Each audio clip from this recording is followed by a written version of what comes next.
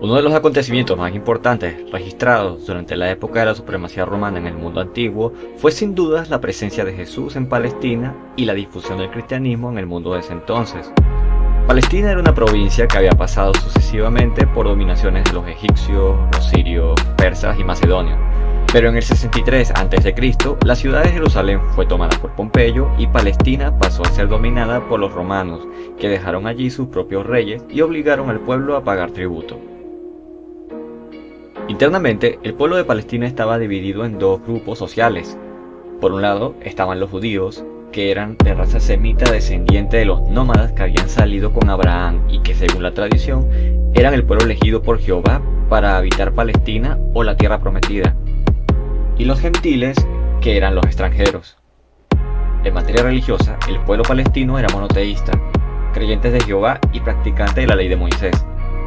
Sin embargo, había dos sectas dentro de la propia Jerusalén: los saduceos, que se mostraban liberalistas y no creían en la inmortalidad del alma, y los fariseos, cumplidores radicales de la ley de Moisés. La situación de Palestina para el momento de la aparición del cristianismo era verdaderamente humillante debido a la esclavitud en la que estaba reducida por parte de Roma. Esto, y la creencia de las Sagradas Escrituras, mantuvo al pueblo judío con la esperanza de la llegada de un Mesías prometido, según la promesa hecha por Dios a los patriarcas. Punto básico de la religión cristiana está la caridad, que es la expresión del amor en su más alto grado, y dentro de la caridad, la firme creencia en la existencia de Dios Creador, único y todopoderoso, y el cumplimiento de los mandamientos. Ahora, hablemos un poco del contenido de las enseñanzas de Jesús. La doctrina de Cristo tiene sus raíces en el judaísmo, al cual completa en muchas partes, además de corregir algunas cosas que habían hecho los fariseos, resultando en una enseñanza eminentemente humana y a la vez espiritual. El hombre debe prestar mayor atención al espíritu que a la carne, puesto que ésta muere, mas aquel es eterno. En el transcurso de la vida terrenal, el hombre debe ser agradable a los ojos de Dios para ganar el reino de los cielos, lo que es equivalente a la vida eterna. Debe orar, hacer el bien, desprenderse de los bienes terrenales, entre otros. El mundo es la creación divina donde todos los hombres son iguales, todos son hijos de Dios. Dios es el ser supremo, creador, santificador y redentor del mundo. Hay por lo tanto una trinidad en cuanto a misión y unidad en cuanto a sustancia.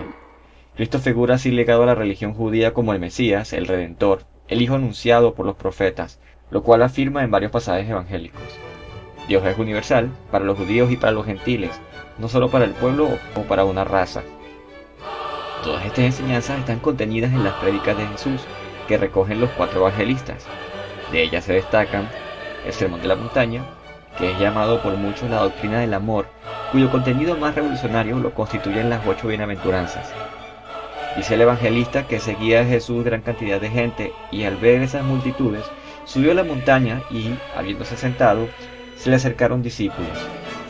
En estas vemos cómo la grandeza de esta nueva doctrina radica en lo original y en lo sublime. En una época en que todos buscan el goce material, en que tampoco se preocupan por el amigo, menos por el enemigo, en que hay diferencias sociales arraigadas y hechas ley, esclavitud, desprecio por el caído, tributo impuesto al vencido, o entre los mismos creyentes de una doctrina, castigos severos que no cumplen leyes drásticas. En ese ambiente tan diferente a lo que Cristo quiere, Él lanza su doctrina del amor. Se muestra como representante del reino de los cielos, y es Él quien lo promete a todos los olvidados en el imperio, para todos los despreciados hasta su época, por la generalidad de los pueblos. La universalidad de Dios.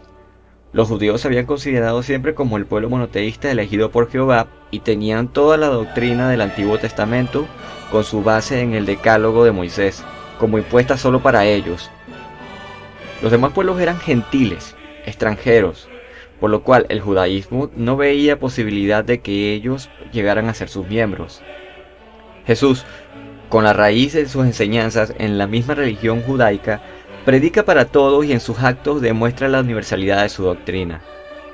No siempre fue fácil para los seguidores de Jesús, ya que los emperadores romanos desencadenaron grandes persecuciones contra los cristianos, las cuales tuvieron su causa primordial en el original sentido igualitario de las enseñanzas de Jesús, que violentaba la estructura imperial. Son otros motivos la negativa de los cristianos a rendir culto a la estatua del emperador, como era costumbre, y el carácter secreto de las reuniones, lo cual hizo que los gobernantes especularan a su antojo sobre las mismas. Las persecuciones consistían en negativas a darle cargos en el imperio, y cuando se les apresaba, en condenas a muerte por decapitación, crucifixión, por el fuego o presas por fieras en el circo. Mas los resultados fueron nulos para el imperio porque no pudieron exterminarlos. Para los cristianos fueron efectivas, despertaron la fe hacia la nueva doctrina en gente que veía morir a tantos mártires en actitud tal que parecía ser un premio a la muerte. Las comunidades se multiplicaron y terminaron triunfando sobre los perseguidores. Estas persecuciones terminarían por una actitud tolerante hacia esta nueva creencia, manifestada por Constantino en el Edicto de Milán en el 313 después de Cristo, su interés en evitar los problemas dogmáticos dentro de la misma creencia al reunir el Concilio de Nicea en el 325 después de Cristo, y el Edicto del 380 a.C. en el que Teodicio declara como única religión aceptable en el imperio a la cristiana, son pruebas evidentes del triunfo del cristianismo en el imperio romano.